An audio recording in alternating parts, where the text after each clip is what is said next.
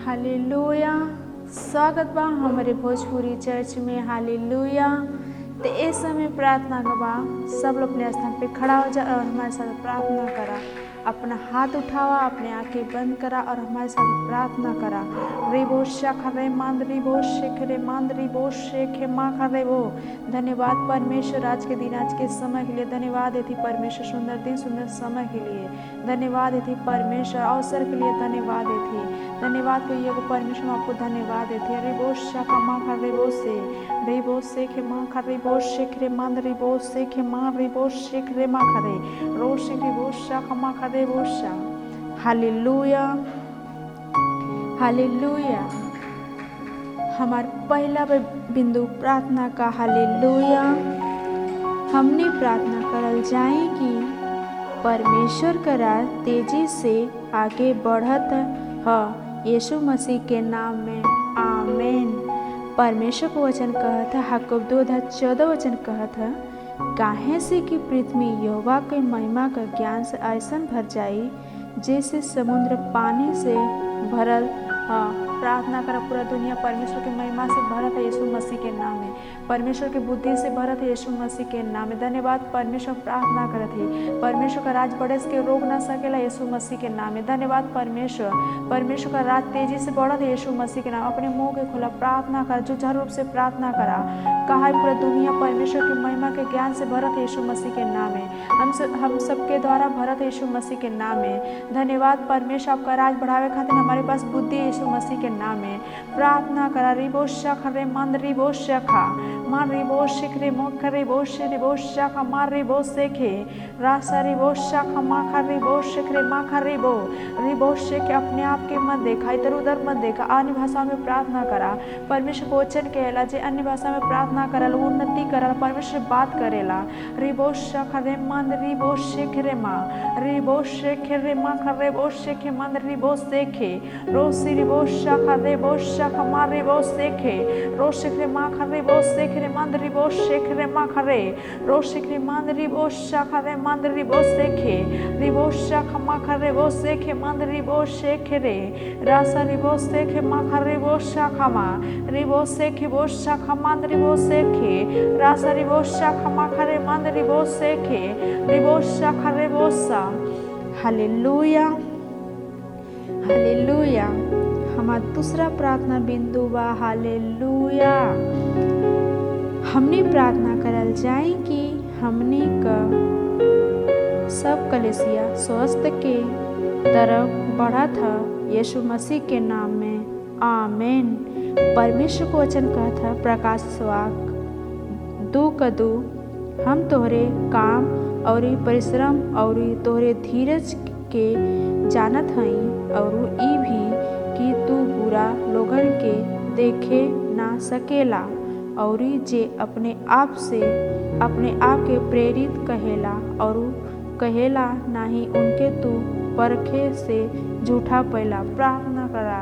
रिबोशा खरे मंद रिबोशे खरे मा खरे रिबोशा खरे मंद रिबोशा खमा खरे बोशे खरे मंद रिबोसे रासा रिबोशा खमा खरे बोशे खरे मंद रिबोशे खरे बोशा रिबोसे खरे मा खरे बोशा खमा खरे बोसे रिबोसे खे मंद रिबोसा खमा खरे बोशा खमा खरे बोशा रिबोसे खरे मा खरे बोसे खे मंद रिबोशे रिबोसे खे मा खरे बोशा खरे बोशा खमा खरे बोशा रिबोसे खरे मंद रिबोसे खे बोशा खरे रासा रिबोसे खे बोशा खमंद रिबोसे खे बोसे खरे मा खरे रोस रिबोसा खरे मंद रिबोशा खरे बोसे खे रिबोसे खे मंद रिबोसे खे मंद रिबोसे खमा खरे रिबोसे खे मंद रिबोशा खमा खरे बोसे खे मान रिबोसा रिबोसे खे रिबोसे खे मंद रिबोसा खरे रासा रिबोसे खे मा खरे बोसा रिबोसे खे मंद रिबोसा खरे बोसे खे मा रिबोसे खे रिबोशा खरे बोका मंद रिबोसे खे रिबोसे खे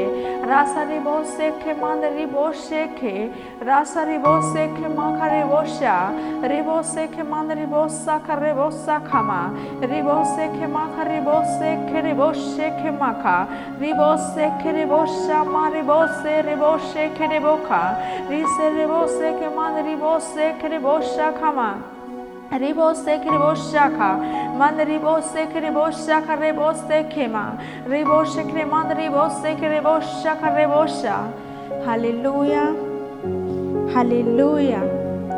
हमारा तीसरा प्रार्थना बिंदु बा हालेलुया।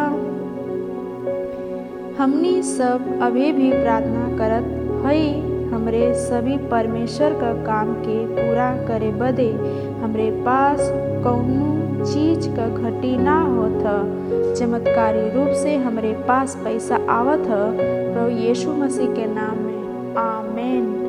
परमेश्वर को वचन कहता है यशायाह 45 वचन 3 वचन हम तोहरे आगे आगे चलब और पहाड़ के चौरस करब हम कास का फाटक के तोड़ डालब और लोहा का बेड़ियों को टुकड़ा टुकड़ा कर देव हम तोहरे अंधेरा में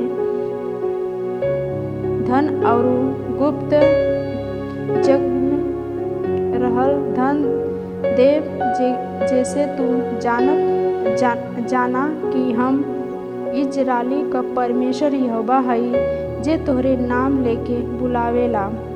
ई वचन के अनुसार प्रार्थना करा कि परमेश्वर अपने वचन के पूरा करे में विश्वास योग्य हुआ।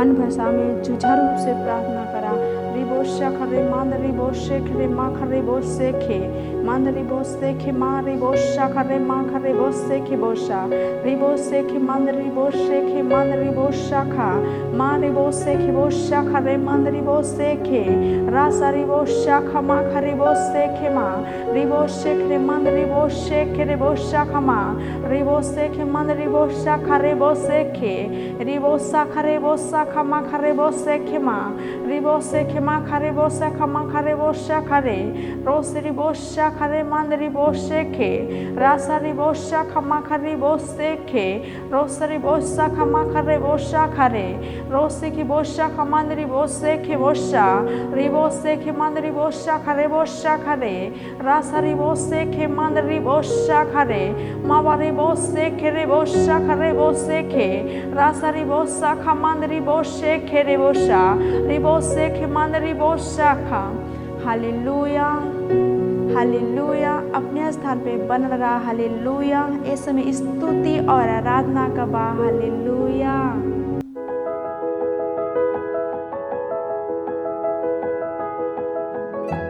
चला घर घर दुआर चली जा अजोरिया अनार चली जा चला चली भैया हमनी के लेके समाचार चली जा चला चली भैया हमनी के लेके समाचार चली जा चला घर घर दुआर चली जा अजोरिया अनार चली जा चला चली भैया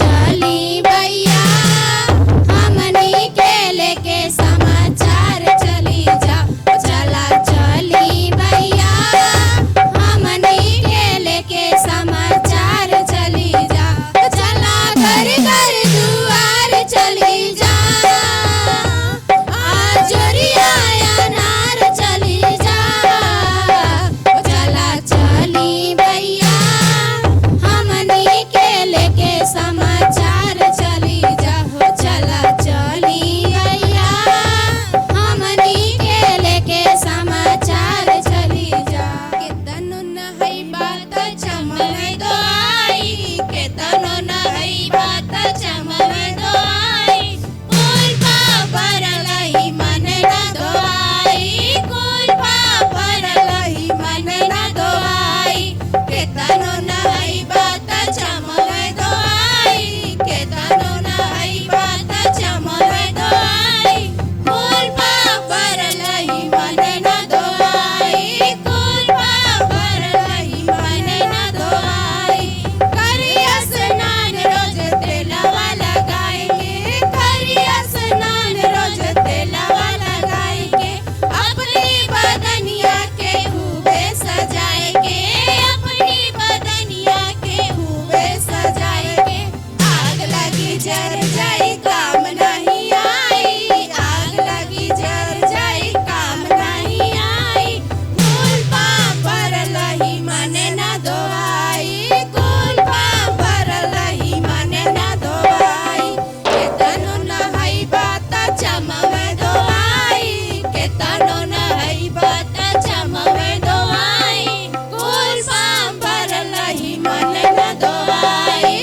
कुल पापर लही मन न दो आई मंदिर में जई बात दिया जलईबा मंदिर में जई बात दिया जलईबा यही जाके धनवाना वही जाले जईबा यही जाके धनवाना वही जाले जईबा केतनो कमाईबा तू जुगती लगाए केतनो कमाईबा तू जुगती लगाए कुल पापर लही मन न दो आई कुल पापर लही मन न दो आई केतनो नहीं बात चमवे दो आई केतनो नहीं बात चमवे दो आई कुल पापर लही मन न दो आई कुल पापर लही मन न दो आई अखिया के खोल देखा ईश्वर के राज में अखिया के खोल देखा ईश्वर के राज में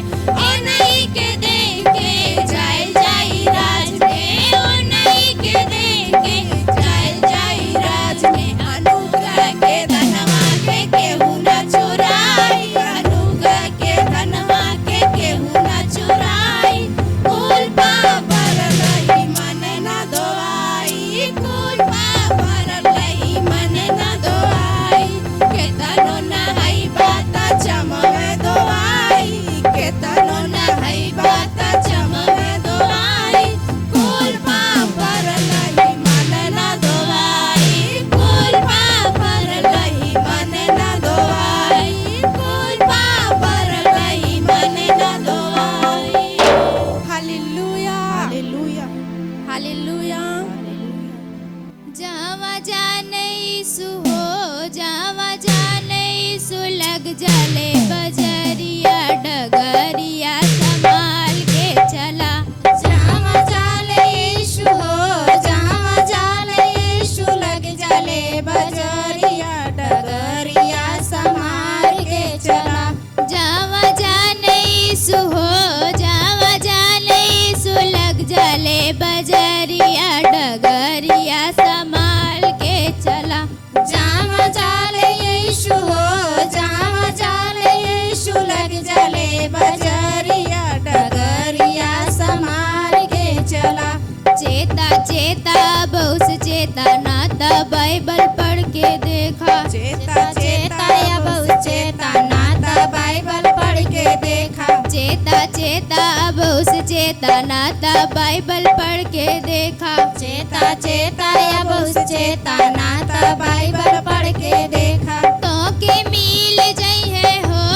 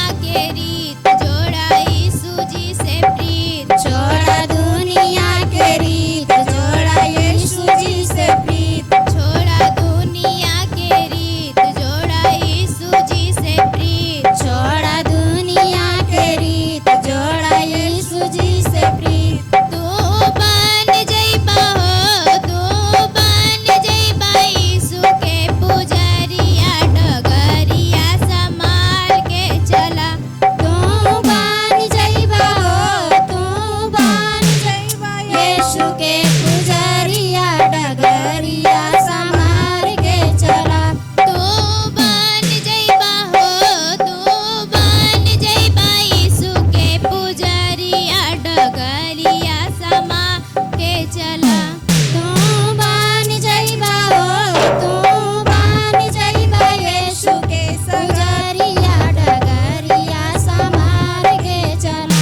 जावा जाने यीशु हो, जावा जाने यीशु लग जाले बजाए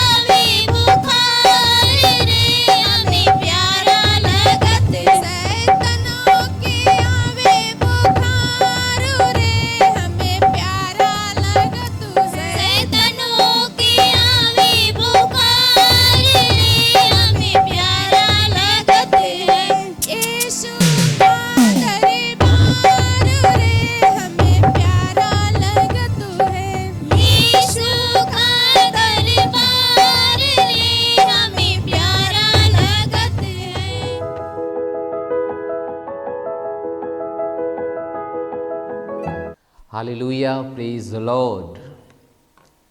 स्वागत है हमरे भोजपुरी चर्च में। हम विश्वास करत हिला कि भोजपुरी चर्च आपके जीवन के एक नया दिशा प्रदान करत है, वचन में आपके बढ़ावत है और परमेश्वर की बुद्धि का समझ आपके पास जात है।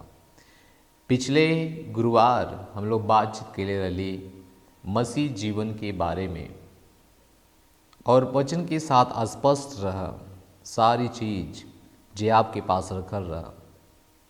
हम ये बदे ऑनलाइन लेके आइला ताकि आप वचन में और अधिक मजबूत हो जाओ, ताकि आव वाला समय में जो शैतान आपके ऊपर तीर फेंका ओकरे सारे चीज़ से आप बचल रहा।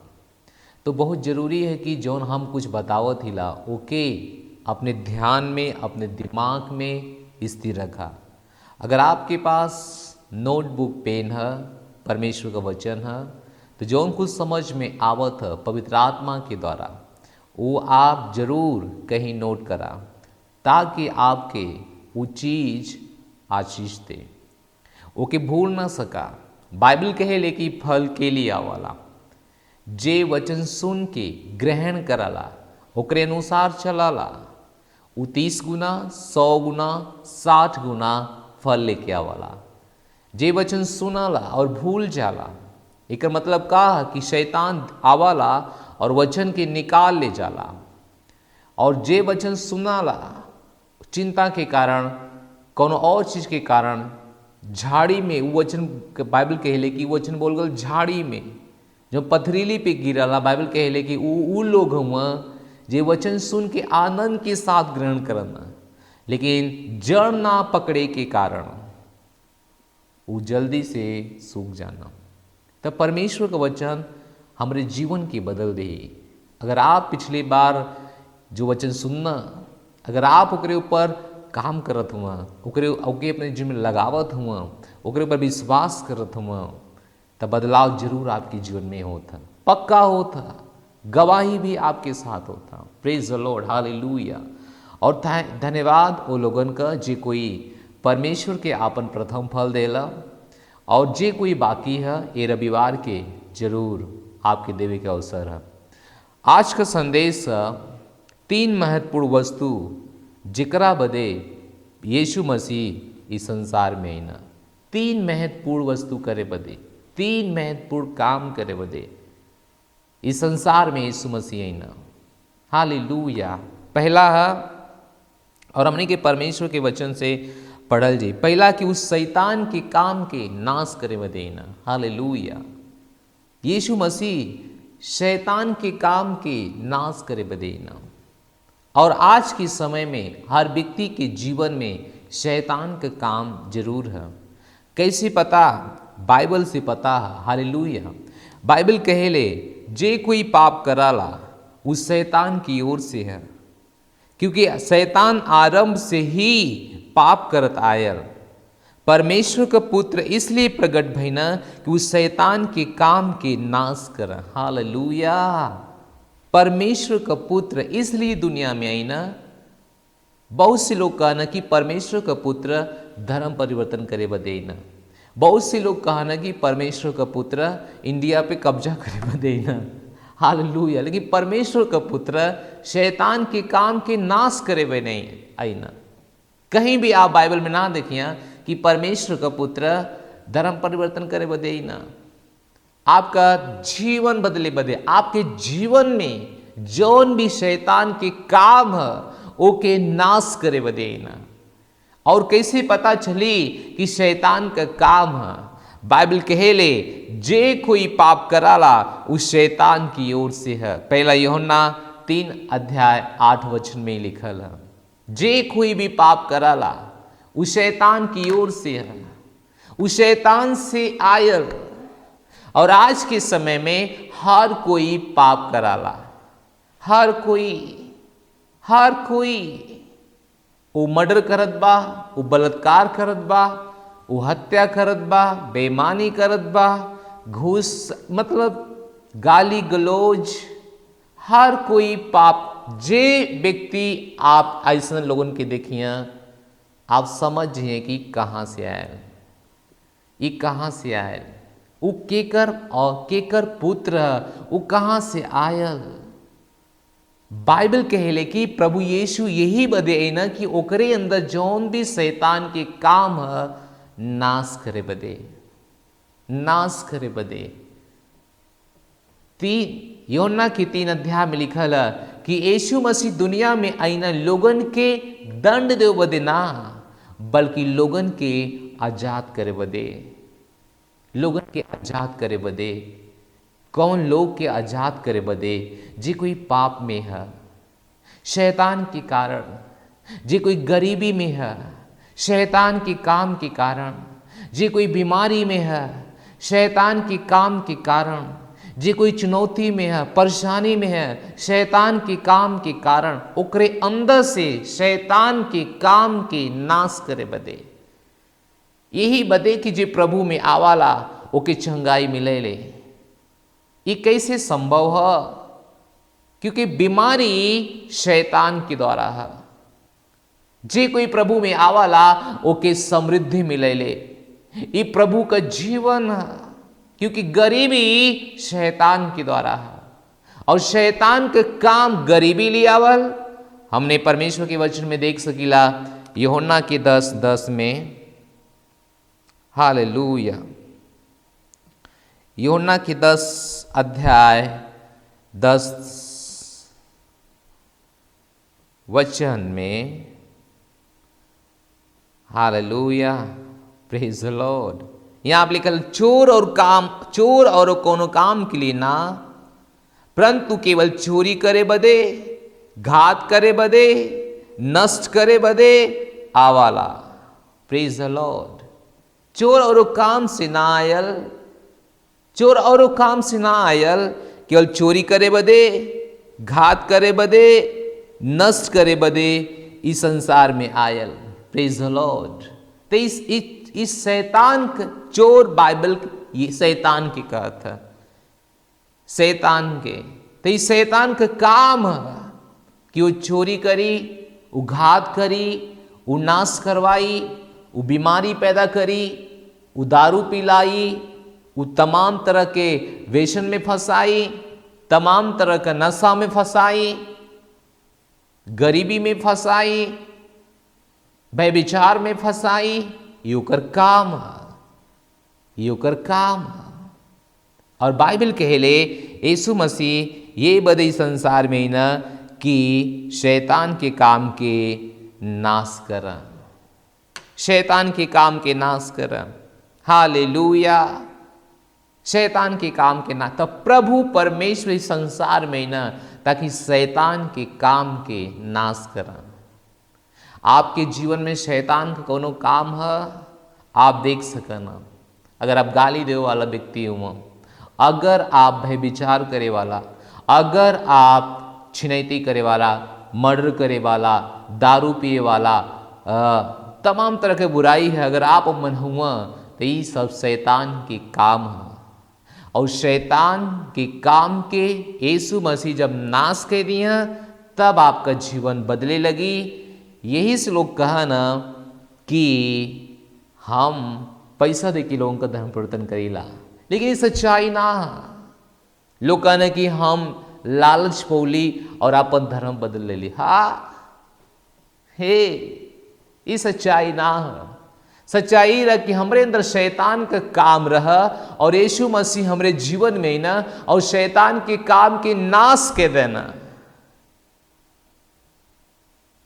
ओकर काम रह गरीबी देवल, बीमारी देवल, एकर बढ़ावा देवल और प्रभु अने के नाश के देना। जब प्रभु अने के नाश के देना तब हमार समृद्धि होए लगल, दूसरे लोग समृद्ध होत हुआ, दूसरे लोग चंगा होत हुआ, जीवन बदलत था। शैतान की काम जब नाश हो जाई आपके जीवन में आपकी वृद्धि ऑटोमेटिक होने लगी। प्रेज द लॉर्ड। यही बदे यीशु मसीह के अपने जीवन में बुलावल, निमंत्रण देवल, ग्रहण कैल बहुत ही जरूरी है ताकि आपके जीवन से उस शैतान के काम की नाश करें और आपका जीवन फल और फूल। प्रेज द लॉर्ड, हालेलुया। प्रेरितों काम 10 अध्याय 38 वचन में बाइबल हमें बतावेले कि परमेश्वर किस रीति से यीशु नासरी के पवित्र आत्मा और सामर्थ के द्वारा अभिषेक करना और वो भलाई करत रहना और उस सबके जो शैतान के सतावे लोग रहना उनके अच्छा करत फिरना, काहे से कि परमेश्वर उनके साथ रहना। हालेलुया। उस सब के जे शैतान के सतावल रहा, जे शैतान के कब्जे में हो गल रहा, उस सब के छुड़ौना। बाइबल हमके बतावेले कि एक व्यक्ति के अंदर सेना करीब 6000 दुष्ट आत्मा, और वो व्यक्ति रोज पहाड़ में घुस के अपने आप के मार कूट पीट अपने शरीर की पूरा छलनी बना चुकल रहा। ओके लोहे के जंजीर में बांधल जा, फिर भी वो लोहा का जंजीर तोड़ दे। लोहा के जंजीर के मतलब कुछ भी ना समझ, ओकर जीवन एकदम बेकार रहा। वो अपने आप के पत्थर से रोज मारा। लेकिन जब वो व्यक्ति से जेकरे अंदर 6000 दुष्ट आत्मा रहा, प्रभु का मुलाकात भयल, वही समय 6000 की 6000 दुष्ट आत्मा निकल के सुअर के अंदर जाके समा गई। नहीं, प्रेज द लॉर्ड, प्रभु का महिमा हो। हालेलुया, ओ हालेलुया, प्रभु की महिमा हो। जैसे ही मुलाकात भइल यीशु के आमना सामना भल, जैसे ही आमना सामना भल, वैसे ही ओकरे अंदर से 6000 के 6000 दुष्टात्मा निकल गल। लवंग कपूर जलावे के जरूरत भी ना भयल, नींबू मंगावे के जरूरत भी ना भयल, दारू मंगा के खुश करे की जरूरत भी ना भयल। तुरंत 6000 दुष्टात्मा गायब और व्यक्ति स्वतंत्र हो गल, आजाद हो गल, आजाद। बाइबल कहले कैसे एक व्यक्ति ना सुनाला ना बोलाला, लेकिन यीशु मसीह जब ओकरे अंदर से शैतान की निकाल देना, वो व्यक्ति तुरंत बोले लगाला, तुरंत सुने लगाला। क्योंकि शैतान का काम जब नाश हो जाला, जीवन ऑटोमेटिक वृद्धि की ओर बढ़े लगाला। प्रेज द लॉर्ड। सोचा अगर आप बहुत दिन से बीमार हुआ, ये शैतान के काम आपके अपने जीवन में प्रभु यीशु के बुलावे के है। प्रभु यीशु आवा और आपके जीवन में शैतान के काम के नाश करा, शैतान के काम के नाश करा और आपके आजाद करा।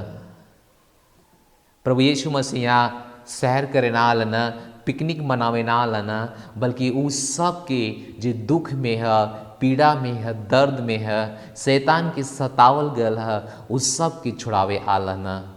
वाह, परमेश्वर की महिमा हो, परमेश्वर की महिमा हो। हालेलुया, प्रेज द लॉर्ड।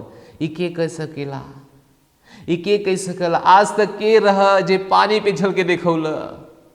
दुनिया में बहुत लोग है ना, बहुत से भविष्यवक्ता है ना, बहुत से अपने आप के परमेश्वर मान के ना, बहुत से कहना कि हम ई हिला हम फलाने ठिकाने हिला, लेकिन के रहा जे पानी पे चल के दिखौला, के रहा जे कहला सत्य और मार्ग और जीवन हम हिला, के रहा जे कहला कि 4 दिन का मुर्दा रहा और ओके एक शब्द में जिंदा कर डाला। वो के रहा जे 2 मछली 5 रोटी में 5000 लोग के खाना खिलौला, एक बार 4000 लोग के खाना खिलौला। वो के रहा जे मरे हुए में 30 दिन जिंदा होके 40 दिन सबके सामने रहना और फिर सबके सामने ही देखते देखते उस स्वर्ग में चल गई ना। वो के रहा जवाब है केवल यीशु मसीह, केवल और केवल यीशु मसीह। यही बदे पूरा संसार लाख दबावला के बावजूद भी, लाख सतौला के बावजूद भी यीशु मसीह का अनुयायी है। यही बदे वो के रहा जे पाप के लिए अपने आप के बलिदान के दल दूसरे के पाप के लिए यीशु मसीह। जवाब है यीशु मसीह। हाँ, केहू भी ना कला सत्य और मार्ग और जीवन हाँ महिला, लेकिन यीशु का ना जीवन सत्य मार्ग हाँ महिला हमरे बिना केहू भी पिता के पास ना पहुंची हो। यीशु मसीह यही बड़ी कहानी हम सबके उत्साहित करेले। हम सब पौलुस करे कि हमके परमेश्वर का प्रेम विवश कर देले है और हमके केहू भी परमेश्वर के प्रेम से अलग ना कर सकला। का आंधी का तूफान, का मौत का जीवन, का बीमारी का चंगाई, का जोखिम का नंगाई, कुछ भी ना हमके परमेश्वर के प्रेम से अलग कर सकला। कैसे कि उस शैतान के काम नाश करे बदे ना हम सब के जीवन में हम सब देख सकीला कि हमने के जिसमें जो भी शैतान के काम रहा वो यीशु मसीह के द्वारा नाश कैल गया। प्रेज द लॉर्ड, हालेलुया, हालेलुया, हालेलुया। दूसरा, उगल शैतान के काम नाश करे बदे ना बल्कि हमके आपके भरपूरी का अनंत का जीवन देव बदे ना। प्रेज द लॉर्ड, हालेलुया। हम वो वचन पढ़ब यूहन्ना 10:10 का, यहाँ लिखे ले कि बाइबल हमें बतावत है कि प्रभु का ना हम इसलिए अली कि वो जीवन पावा और एक आनंद ले और बहुत प्रयास से पावा परिपूर्णता तक, जब तक यह उम्र ना लगे। हालेलुया। ये वचन AMPC से लेवल है, AMPC वर्जन से। वहाँ पे कि प्रभु यीशु मसीह का ना कि हम इसलिए अली कि वो लोग जीवन पावा, एक आनंद ले और बहुत प्रयास से पावा परिपूर्णता तक, जब तक ये उम्रे ना लगा। हालेलुया, प्रेज द लॉर्ड। यीशु मसीह ने जीवन देव बदे हर एक के पास जीवन देव बदे कहलावल गई ना। और यहोवा जब कहावल गई ना तो यहोवा के रूप में राजा हिजकिया के समय में, राजा हिजकिया मरे को का समय आ चुकल रहा। सब कुछ ओकरे अंदर से डेट फिक्स हो गल रहा। परमेश्वर का दास एशाय उनके पास आवन और कहना तू हर काम अब खत्म, अपने रिश्तेदार नाती पोता जी के तू कुछ को बोलल चाहत हुआ बोला, कैसे तो हर काम खत्म, तू मरे वाला हुआ। राजा हिजकिया परमेश्वर के तरफ दीवाल के तरफ मुंह कह के कहला, हे परमेश्वर हम तो हर सेवा के ले हिला, जवन तो के पसंद हम काम के ले हिला, हमरे काम के स्मरण करा, हम पे दया करा। परमेश्वर का माइंड बदल जाला। हो परमेश्वर का दिमाग बदल जाला और परमेश्वर राजा हिजकिया के 15 साल तक जीवन और दे देना। हालेलुया, जीवन देवे आई ना। यीशु मसीह यहोवा कहे ना, जब यहोवा कहे ना, यहोवा के रूप में हिजकिया के 15 साल तक और जीवन देना। और यह यीशु मसीह हमरे पास है ना, हमके तो के जीवन देव बदे, जीवन देव बदे, जीवन के बढ़ाव बदे, क्योंकि जीवन और मृत्यु हमरे प्रभु यीशु के पास। बाइबल कहेले हमारे प्राण का रखवाला अध्यक्ष हमार प्रभु यीशु मसीह हुआ। हमने के वचन देखल जाई ताकि क्लियर हो। पहला पतरस की किताब, धन्य हुआ परमेश्वर जे हमने खातिर इतना कुछ कैला। 2 अध्याय का हम सोचत ही कि ई हुआ 25 वचन। पहला पतरस 2 अध्याय 25 वचन यहाँ पे लिखल है, कैसे कि तू पहले भटकल भेड़ रहला, भेड़ के समान रहला, पर अब अपने प्राण के रखवाले और अध्यक्ष के पास लौटाल हुआ। प्रेज द लॉर्ड। अपने प्राण के रखवाले और अध्यक्ष के पास अब आप लौटाल हुआ। यीशु मसीह के बारे में है, यीशु मसीह के बारे में है। हमरे प्राण का अध्यक्ष के है यीशु मसीह। हालेलुया। यीशु मसीह हमरे प्राण का रखवाला, यीशु मसीह हमरे प्राण का रक्षक, यीशु मसीह हमरे प्राण का अध्यक्ष, हमरे प्राण का मालिक, यीशु मसीह। धन्यवाद परमेश्वर के हमार प्राण ले सकला, केहू भी ना।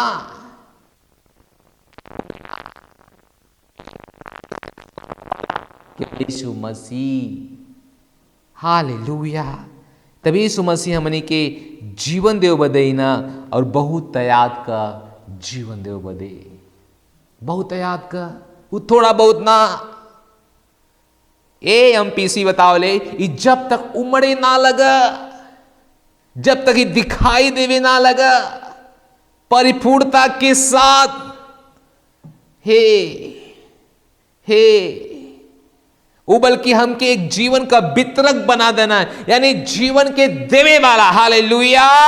अर्थात परमेश्वर का जीवन का वितरक। हालेलुया। परमेश्वर के जीवन का वितरक प्रभु हमके आपके का बना देना। केवल जीवन हमके ना देना, बल्कि जीवन के बांटे वाला भी बना देना। प्रेज द लॉर्ड, प्रेज द लॉर्ड। उदाहरण के लिए हम अपने जीवन में ऐसे बहुत लोग के दिखले ला जेकर कोई सहारा ना रहा, जे कोई मरे की स्थिति में रहा। जैसे ही हम उनके लिए प्रार्थना कैली, जैसे हम उनके लिए जीवन बोली, वो तुरंत अपने जीवन के रिकवरी कर लेना, तुरंत अपने आयु को बढ़ा लेना, तुरंत उनका सब कुछ लौट आया, तुरंत उनका नया हो गया। हमें एक कहानी याद है पास्टर राणा की। हमारे चर्च के एक पास्टर राणा है, पास्टर राणा हुआ। एक दिन उनका शरीर का सारा अंग काम कैल बंद कर रहा, लेकिन जब वो चर्च में आई ना, उनके कैसों जैसे तैसे लेके आवल गए चर्च में, और चर्च में हम उनके लिए प्रार्थना के लिए उनके शरीर के अंदर जीवन बोली, उनके पैर के अंदर जीवन बोली, और तुरंत 1 मिनट में वो चले लगना, और आज पास्टर हुआ। प्रेज द लॉर्ड। हालेलुया। तो हम केवल जीवन ना पौली, बल्कि जीवन के एक वितरक कैला, जीवन के एक वितरक, जीवन बांटे वाला हम लोग हिला। परमेश्वर हमके का बना देना, और आपके यह बनावे जात हुआ। हाँ, अगर आपके पास यीशु मसीह हुआ, आप जीवन का भरपूरी का आनंद ले सकना, और केवल ले ना सकना बल्कि दे सकना, बल्कि दे सकना। प्रेज द लॉर्ड। जब डॉक्टर बोला किडनी खराब है, चर्च के पास से प्रार्थना करना, यीशु के नाम में जिंदा हो जा, और बाइबल के लिए नया हो जा रहा। हाँ, नया हो जा रहा, सब कुछ गवाही वाले। डॉक्टर बोला गर्भ खत्म, अभी बच्चा ना हो वाला, लेकिन चर्च में वो महिला आवेले और मां बन जाती है, मां बन जाने। वाह, जीवन फिर से वापिस आ गया। वाह, हालेलुया, हालेलुया। जीवन फिर से वापिस आ गया। प्रेज द लॉर्ड। हे धन्यवाद परमेश्वर। और तीसरा है, यह सबसे मुख्य काम है जवन करे वही ना, हमें दैवीता के साथ सहभागिता में लियाओ बदे। प्रभु यीशु मसीह ना परमेश्वर के साथ सहभागिता में इकट्ठा करे बदे प्रभु यीशु मसीह ना, वो हमरे साथ आपके साथ यह करे बदे ना। हो हालेलुया। यीशु मसीह आई ना, ताकि हम परमेश्वर के साथ सहभागिता कर सकी, परमेश्वर के साथ एक हो सकी, परमेश्वर के साथ रह सकी। वो परमेश्वर जिक्र पास जाल इतना मुश्किल रहा, वो परमेश्वर के पास हमें ये देना, बाइबल कहले जन दीवार रहो कि गिरा देना। प्रेज द लॉर्ड। 1:9 में लिखल है कि परमेश्वर सच्चा हुआ जे तो के अपने पुत्र हमरे प्रभु यीशु मसीह के संगति में बुलौले हुआ।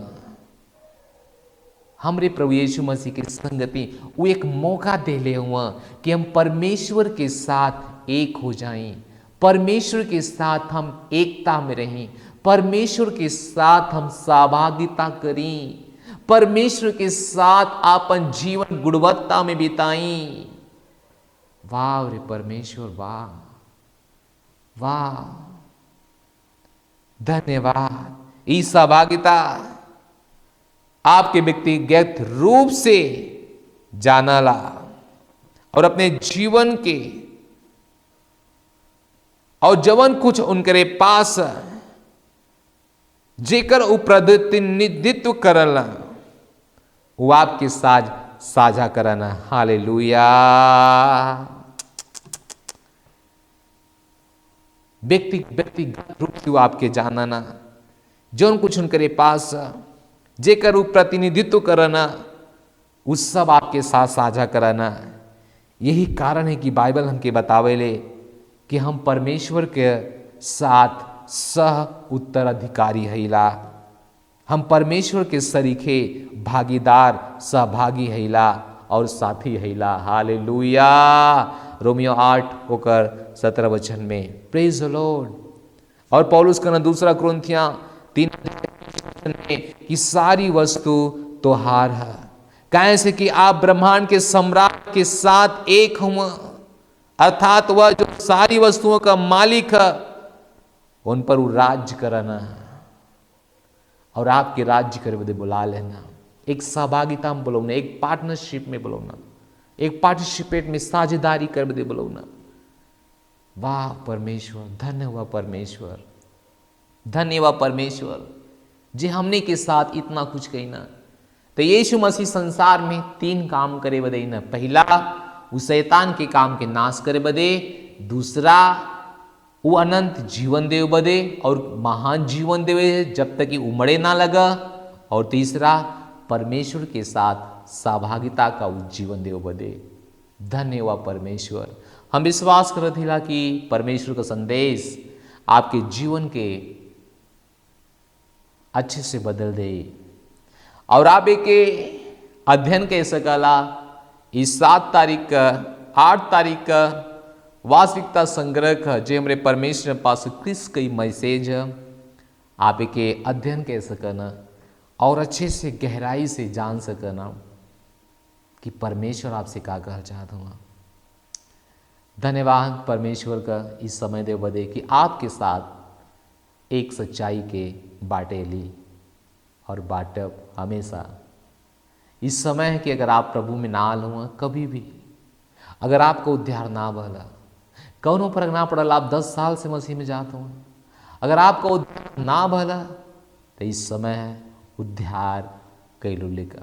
और जरूरी है, बाइबल के लिए जो कोई नया जन्म ना हुई उस स्वर्ग ना जाई, परमेश्वर साथ सहभागिता ना कर पाई, तो नया जन्म बहुत जरूरी है।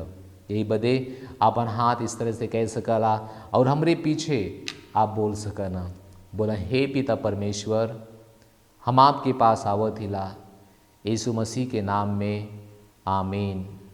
आपका वचन कहाला जे कोई प्रभु का नाम ले ही उद्धार पाई, अपने मुंह से अंगीकार करत ही और हृदय से विश्वास करत ही, आज से अब यहीं से यीशु मसीह हमरे जीवन का स्वामी हुआ, हम अनंत जीवन की ग्रहण करत हिला यीशु मसीह के नाम में, आमीन।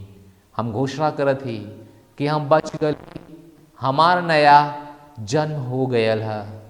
आज से जे हमरे अंदर है वो महान है, जे संसार में है उसे महान हमरे अंदर है।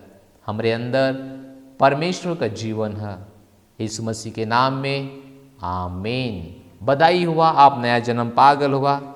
परमेश्वर में आप कैसे आगे बढ़बा, स्क्रीन पे हमारा नंबर शो होता, आप जरूर संपर्क करें। इस समय है परमेश्वर के भेंट दे लेकर, परमेश्वर के उत्तम दान देले का और आगे बढ़ले का। अभी जस्ट हम लौट के आवत हिला, तब तक परमेश्वर की भेंट दा। स्क्रीन पे वार कोड है, नंबर अकाउंट नंबर है, आप इस्तेमाल कर सकन और परमेश्वर घर में परमेश्वर काम के लिए दे सकन। Thank you so much, God bless you. यीशु करो हमारी भेंट गरहनवा, जो आई तोहरे समनवाना। यीशु करो हमारी भेंट गरहनवा, जो आई तोहरे समनवाना। यीशु करो हमारी भेंट गरहनवा, जो आई तोहरे समनवाना। यीशु करो हमारी भेंट गरहनवा, जो आई तोहरे समनवाना। बजरा गेहूं चना मटर तीसी सरसों धान रहर। बजरा गेहूं चना मटर तीसी सरसों धान रहर। बजरा गेहूं चना मटर तीसी सरसों धान रहर। बजरा गेहूं चना मटर तीसी सरसों धान रहर। धन से भरदा प्रभु के भवनवा, धन से भरदा प्रभु के भवनवा, जो आई तोहरे समनवाना।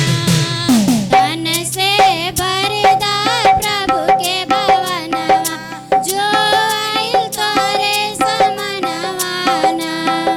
यीशु करो हमारी भेंट गरहनवा, जो आई तोहरे समनवाना।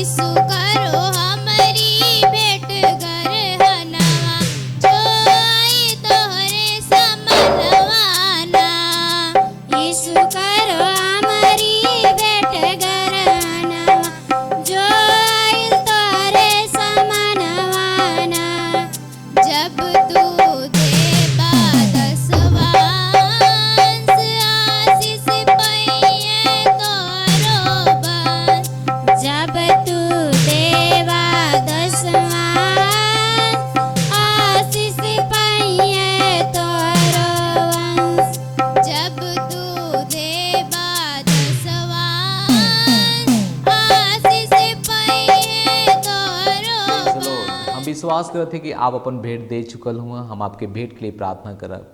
धन्यवाद देती परमेश्वर, हम प्रार्थना करत ही इनकर भेंट के लिए। इनकर भेंट आपके राज में ग्रहण योग्य है और आशीषित है। धन्यवाद परमेश्वर इस अवसर के लिए।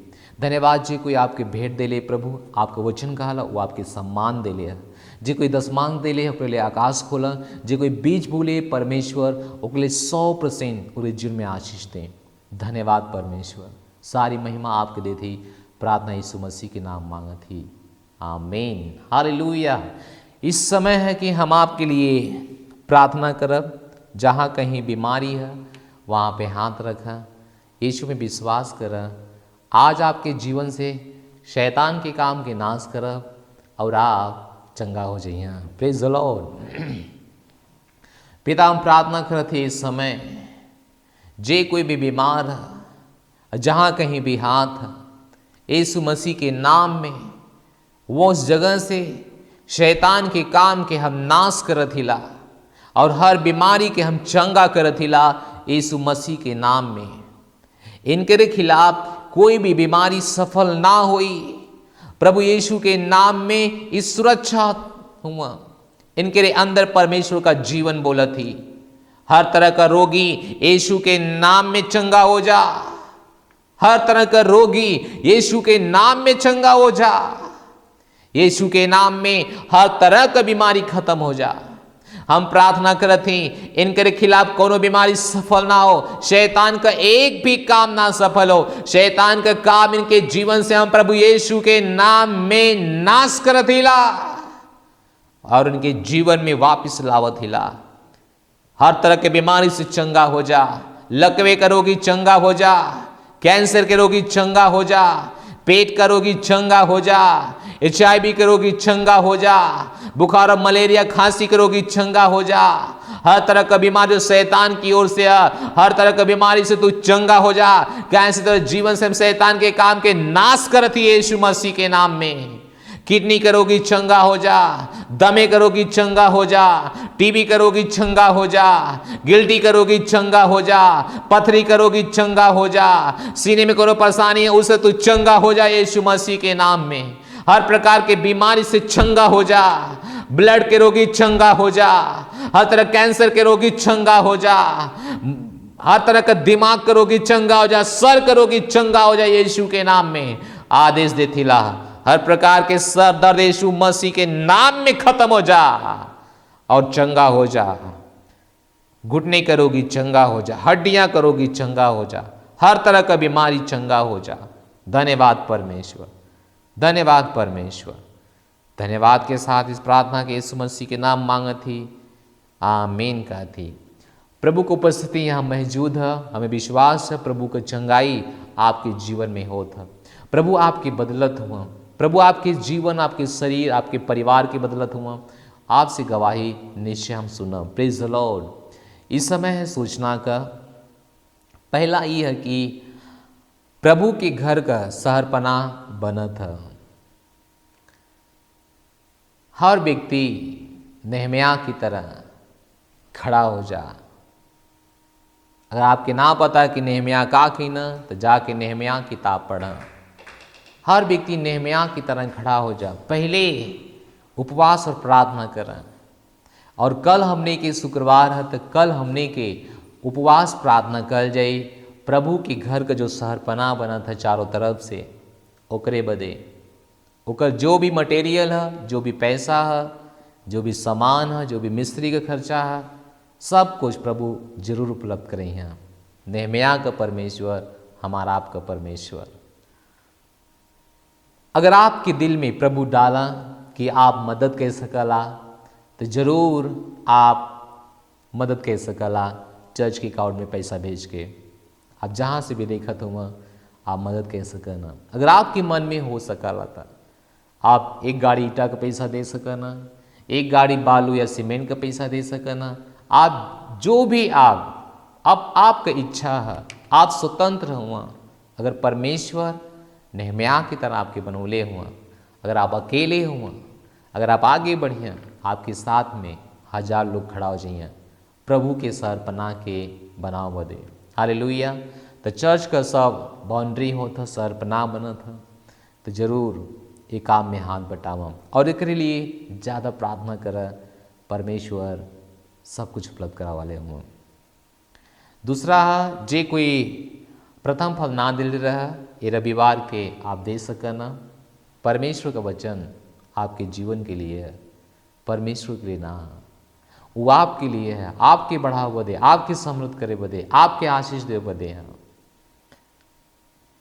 आप लीडर ना हो, लीडर बना। अगर आपको कहीं सेंटर ना है, एक सेंटर लीडर बन के परमेश्वर के काम के आगे बढ़ावा।